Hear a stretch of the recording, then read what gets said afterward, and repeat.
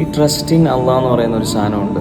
ഭയങ്കര സ്ട്രോങ് ആണത്, ഭയങ്കര പവർഫുള്ളാണ്, റോക്ക് സോളിഡ് ഇമോഷനാണ് ശരിക്കും. എത്തിസ്റ്റുകാരൊക്കെ പറയുന്ന ഞാൻ കേട്ടിട്ടുണ്ട്, കണ്ണുകൊണ്ട് കണ്ട കാര്യമാണ് വിശ്വസിക്കേണ്ടത്, അതാണ് റിയാലിറ്റി എന്നുള്ളത്. അതൊക്കെ ശരിക്കും വെറുതെ പറയാം. നിങ്ങൾ ശരിക്കും ഒന്ന് ഇരുന്ന് ചിന്തിച്ച് നോക്കിയേ.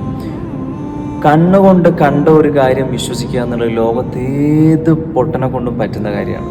കാരണം അത് കൺമുന്നിൽ കണ്ടു, അപ്പോൾ അത് ഉറപ്പായല്ലോ.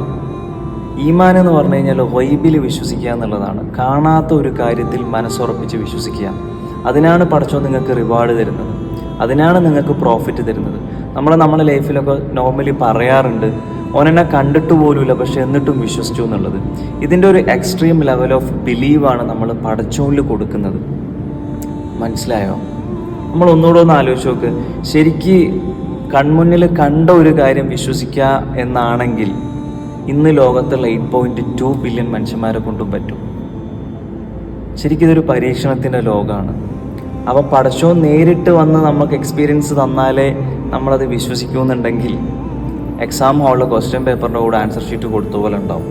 അപ്പോൾ വിശ്വാസികളായിട്ടുള്ള ആളുകളോട് എനിക്ക് പറയാനുള്ളത്, നമ്മളിപ്പം വിശ്വസിച്ചു പോരുന്ന ആ ഒരു പാത്ത് എന്ന് പറയുന്നത് ഏറ്റവും പെർഫെക്റ്റ് ആയിട്ടുള്ള, ഏറ്റവും ക്വാളിഫൈഡ് ആയിട്ടുള്ള ഒരു സാധനമാണ്. അപ്പോൾ അത് നമ്മൾ ഒന്നിൻ്റെ മുമ്പിലും പണയം വെക്കാൻ നിൽക്കരുത്. മനസ്സിലായില്ല? ആ ഒരു വിശ്വാസം, be strong in our life. ഇൻഷാ അല്ലാഹ്.